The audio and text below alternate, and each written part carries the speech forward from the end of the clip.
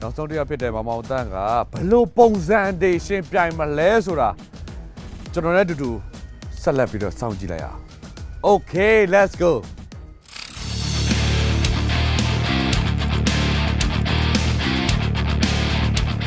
Fitness on earth F-O-E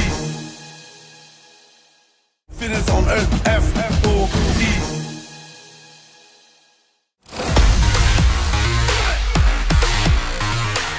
နောက်ဆုံးပိတ်အိမ်နဲ့လွယ်မမောင်တန်းဒါပေမဲ့ तू ကပြင်ဆင်မှုတော့ရှိရဗျကျွန်တော်သူ့ကိုဒါတွေမပြရခင်မှာသူ့ရဲ့ဟာကိုကျွန်တော်အရင်ကြည့်ရမယ်နော်မောင်မောင်တန်းကခုနကတော့လို့ fashion နဲ့တော့မိုက်ပဲနော်ဒါလေးပြချင်တယ်ရပြီရပါပြီ Okay ဒါလေးကျွန်တော် run ပေးပါဦး All right အစင်သစ်ဖြစ်ပြီဆိုရင်ကျွန်တော်ပြောပါ whistle မှုတ်ပေးပါမယ် Ready 3သွားမှာတခါကမှုတ်ပေးမယ်လို့မှုတ်ပေးမယ်3 2 1လာပြီကိုပါမမောင်တန်း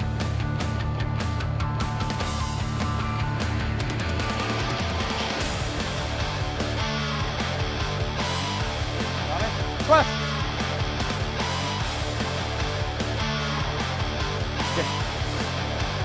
Maybe Bama, they are just landing for the long. Look out with Nana. And they are only on one end. I may nearly 1 month video, Sega, sound near the Lana on video. Wow, see my level, but the guy who tried to be out in it. A good challenge, my leg, Rasa Koyamesa. You only be that. Như là chào là cả cho nó love great cả nó ha tim còn bây giờ trust is gì vậy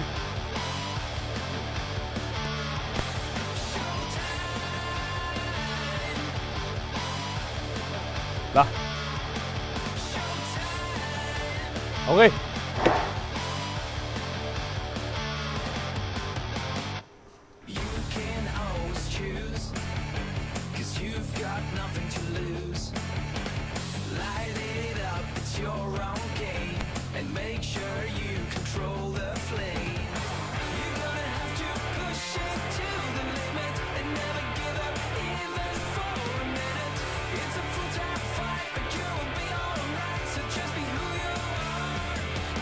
Trust is here, man.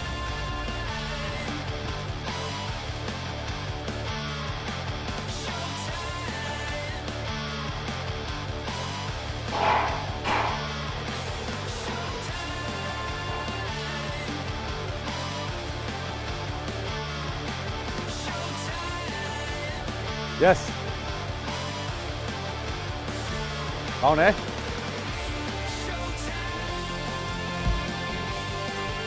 You got simple solution. Tire split, no?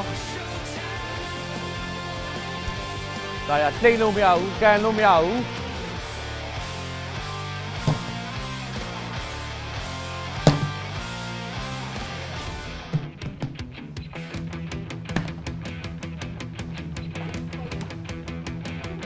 Trust.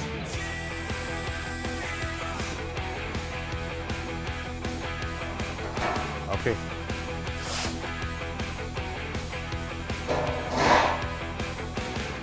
Go to a safety menu and go reach it.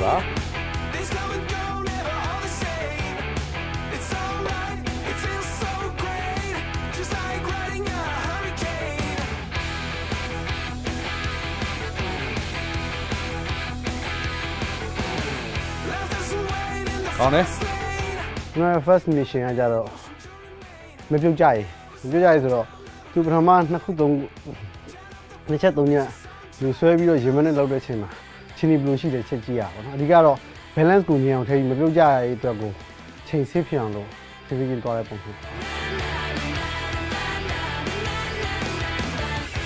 Hey, trust it.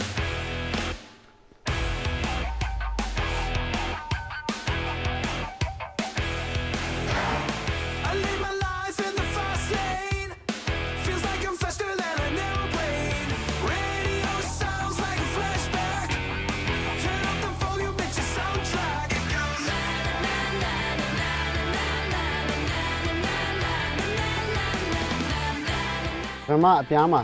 experience ရှိတော့ဒီကောင်ကကြတော့ဟိုကျွန်တော်တို့က balance ကိုထည့်ရမှာဆိုတော့သိတယ်အဲ့တော့မပြုတ်ကြရဘူးပဲဦးစားပေးတဲ့အတွက်ဖြည်းဖြည်းချင်းမတက်တာ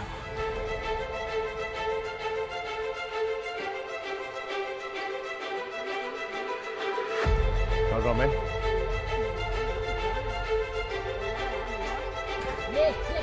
Okay, press it.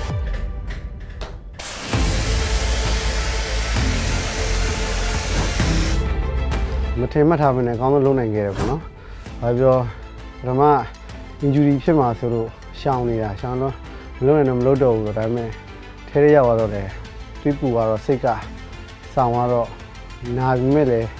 နားရတာမသိတော့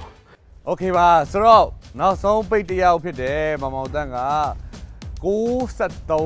9 မိနစ်နဲ့13စက္ကန့်နဲ့ကျွန်တော်ဒီ challenge တွေအားလုံးကိုပြီးမြောက်သွားပါတယ်ဆိုတော့ဒီနေ့ challenge မှာ Road to Survival မှာဘယ်သူတွေကထိတ်ဆုံးမှတ်တွေရသွားမလဲဒီနေ့မှာ elimination system မှာဘယ်သူတွေကပါသွားမလဲဆိုတာကျွန်တော်နဲ့တူလိုက်ကြည့်လိုက်အောင် Okay see you soon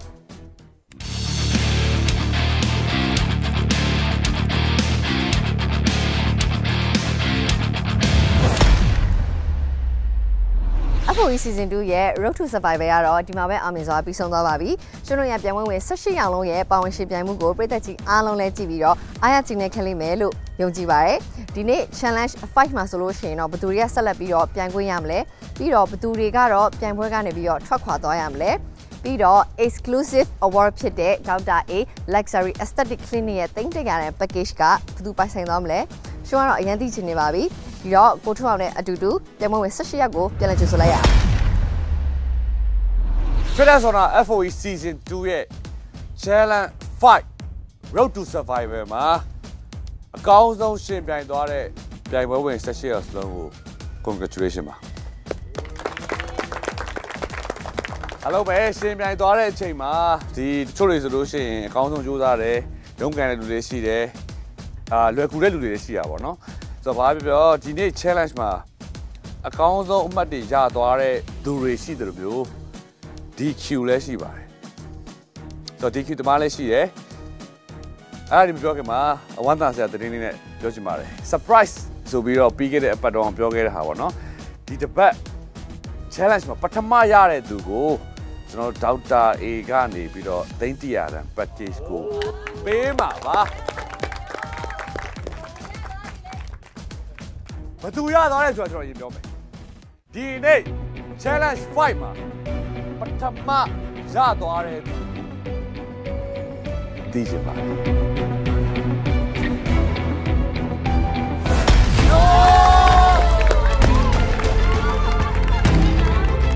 ဆိုတော့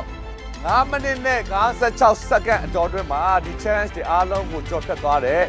မျိုးမင်းထက်သပင်းဘာရောင်လေးနဲ့လာဆက်ရောင်ပိုင်းဆိုးတာတော့ခဲရောင်ဆိုတာဒီရောင်ဖြစ်သွားတယ်ဆိုတော့ဒေါက်တာ A ကိုကျွန်တော်ဖိတ်ခေါ်ပါတယ်ဒီပါပဲလေနော်ကျေးဇူးများတင်ပါတယ်ဒေါက်တာ A ဒီတန်းလေးမှာနေရာယူပေးပါခင်ဗျာခဏလေးဒီလေးပေးလိုက်ပါလာဒီတန်းလေးရွှေ့လိုက်လက်ကိုလေးကြည့်ရပါပြီနော်နားနေဦးလေနားနေဦးဒီပါစမတော့မေးအောင်ဟောဒေါက်တာအနေနဲ့ဘာတွေများပြောချင်သေးတယ်ဒီနေ့ဆူချလိုက်တော့လေကျွန်တော်တို့ FOE တင်အားလုံးကျေးဇူးများတင်ပါတယ်ဘာတွေပြောချင်သေးလဲအကုန်လုံးပဲ congratulation ပါလို့ပြောချင်ပါတယ်ဒီ FOE program ဝင်ရောက်ရှင်ပြိုင်တဲ့ဒီ contest အားလုံးကတော့ကျွန်တော်ကြည့်လိုက်တာတော့လုံးဝအမိုက်သုံးဆိုတာတကယ်အမိုက်စားကြီးပဲပေါ့နော်ကိုရီကိုရိုင်းလည်းကြည့်ပြီးတဲ့ခါကျတော့ဒါတခြားကြည့်ရတဲ့သူတွေဆိုလို့ရှိရင်ငါတို့လည်းဒါဒီလိုမျိုးဒါfit ဖြစ်နေရမယ်ခန္ဓာကိုယ်လည်းကြံ့ခိုင်ရမယ်ဖြစ်တယ်လို့ဒီစိတ်သက်ပိုင်းဆိုင်ရာဆိုလို့ရှိရင်ဒါကြံ့ခိုင်ရမယ်ပြီးတဲ့ခါကျတော့ဒီကျန်းမာရေးဆိုလို့ရှိရင်ဒါလိုက်စားတက်နေဆိုတော့ဒါလေးသူတို့ရတယ်ပေါ့နော်အဲ့ခါကျဒီလိုမျိုးဒီ FOE program ကိုစီမံပေးတဲ့အတွက်ဒီပြန်ပွဲကိုကျင်းပပေးတဲ့အတွက်လည်းဒါကျွန်တော်အနေနဲ့ဒါအရန်လဲဒါဂုဏ်ယူမိရဲ့အရန်လဲကျေးဇူးတင်မိရဲ့ပေါ့နော်ကျွန်တော်အားလုံးလည်းဖိတ်ခေါ်ပါတယ်တီးတဲ့နောက်မှာနောက်ပေါ်မှာစကားပြောမယ်ကျေးဇူးပါကိုဝမ်းသာစရာလေးပြီးသွားပြီဆိုတဲ့ခါကျတော့ဝမ်းနည်းစရာလေးတွေကျွန်တော်စတော့ပါမယ်ဒီနေ့မှာ DQ ဖြစ်သွားတဲ့လူတွေရှိတယ် ကျွန်တော်မပြောချင်ဘူးဒါပေမဲ့အားလုံးသိအောင်ဘယ်သူလဲဆိုတာကြည့်ရအောင်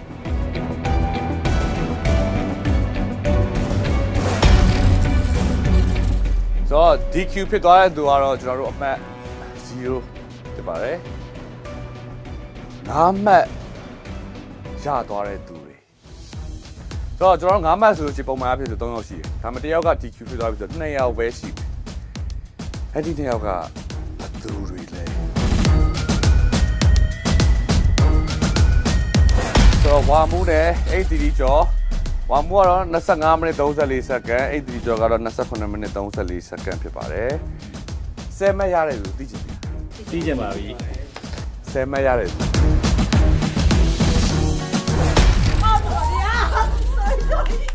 ဆို10မှတ်ရတဲ့ထဲမှာတီ20 40ဂူဂူ20 50ကစ်25 55ဆိုတော့10မှတ်ပြီးသွားတဲ့အခါမှာ Road to Survival Challenge မှာ15မှတ်ရတဲ့သူတွေ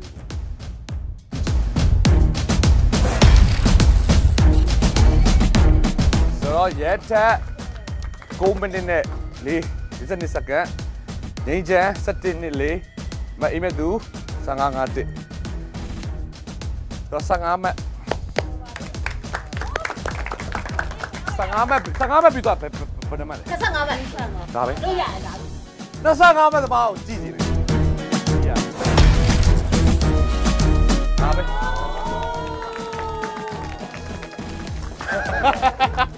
တော့ဒီမှာဆိုလို့ရှိရင်ကျွန်တော်တို့ကဒီတိုင်းလေးနည်းနည်းပြောချင်တယ်ကျွန်တော်တို့ကမောင်မောင်တန်းကလည်း63ပဲကိုထွန်းထွန်းကလည်း63ပဲဒါပေမဲ့ကျွန်တော်တို့ကမီဒီစက္ကန့်လေးနဲ့တွက်လိုက်တဲ့အခါမှာမောင်မောင်တန်းကနည်းနည်းလေးပိုစောတဲ့အတွက်ကြောင့်မို့လို့ကျွန်တော်တို့ကိုထွန်းကို60လေးပေးလိုက်ရတာစိတ်မဆိုးပါနဲ့ကိုကြီးနော်ညီလေးကဟိုအခုဘာလို့ပေးချင်တယ်ဆိုတော့ရှင်းနဲ့စုက25မရတယ်မောင်မောင်တန်းကလည်းပဲ25မရတယ်ကိုထွန်းကလည်း64နဲ့25မရတယ်โอเค25မရတဲ့သူတွေပြီးသွားတဲ့အခါမှာဘယ်နှမှတ်လဲမိုင်း30သမားကို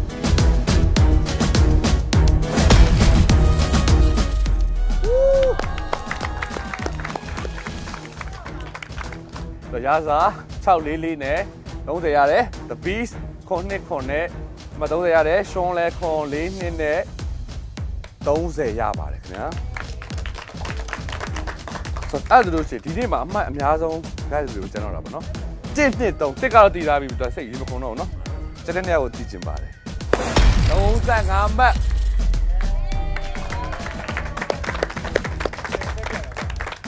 တော့ဒီပါဆိုလို့ရှိရင်အားလုံးအမှတ်ကိုစီအတီးတီးကိုတည်သွားပြီပေါ့နော်တည်သွားတဲ့အခါမှာကျွန်တော်ထုံးစံတိုင်းပဲ individual ဖြစ်ဖြစ် group ပဲဖြစ်ဖြစ် at the end of the challenge မှာကျွန်တော်တို့ကအမှတ်အတီးတီးကိုပေါင်းပေးတယ်ပေါ့ဗျာပေါင်းပေးပြီးတဲ့နောက်မှာအရင်ရက်တွေတော့မရှိခဲ့တဲ့အရာတစ်ခုကဒီနေ့မှာကျွန်တော်တို့က elimination system စပြီးတော့အသက်ဝင်တဲ့နေ့ဖြစ်တဲ့အတွက်ကြောင့်မလို့အင်ကိုပြန်ရမဲ့သူတွေရှိပါတယ်ပထမတိုင်း16ရောက်လုံး final ထိသွားနိုင်မယ်ဆိုရင်တော့အကောင်းဆုံးပဲပေါ့ဒါပေမဲ့ဖြုတ်ချအဆင်ပါတယ်ဆိုတော့ဟိုစင်မကောင်းလည်းပဲမတက်နိုင်ဘူးဆိုတဲ့စကားချင်းတိုင်းပဲပေါ့ကျွန်တော်တွေကထားခဲ့ရမှာပဲပေါ့နော်ဒါပေမဲ့အားလုံးညီကိုလိုမော်နမိုင်းလိုဖြစ်ပါတယ်ခင်ဗျခင်ပါတယ်ဘယ်နှစ်ယောက်လဲဆိုတော့ကျွန်တော် sorry တွေပြောထားပြီးပြီဟာပထမဦးဆုံးတရားဘယ်သူဖြစ်မလဲ5 4 3 2 1